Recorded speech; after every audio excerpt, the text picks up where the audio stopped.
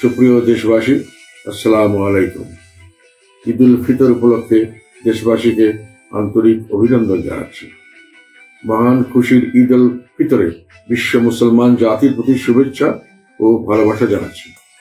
এই আনন্দ উপলক্ষে মুসলিম উম্মার সংহতি, সম্প্রীতি, ভ্রাতৃত্ব এবং সমৃদ্ধি কামনা করছি। প্রিয় দেশবাসী, শেষ হল রহমত, মাগফিরাত ও নাজাতের মহিমাময় মাহে রমজান।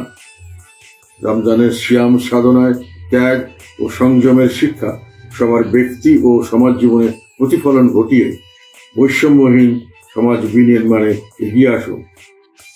ইসলামের শাশ্বত শিক্ষা, অন্যায়, অবিচার ও অত্যাচারের বিরুদ্ধে ঐক্যবদ্ধ হন। আনন্দের এই মহালগ্নে জোরালো হোক মানুষে মানুষে ভালোবাসা ও ভ্রাতৃত্ববোধ। দূর হোক প্রতিহিংসা ও অসহনশীল রাজনীতির চর্চা।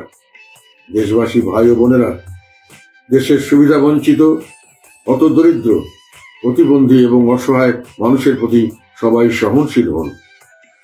মহিমান্বিত মাহে রমজান এর ফজিলতে মহান আল্লাহ যেন আমাদের বাংলাদেশের শান্তি, সমৃদ্ধি ও সম্প্রীতি নিশ্চিত করেন।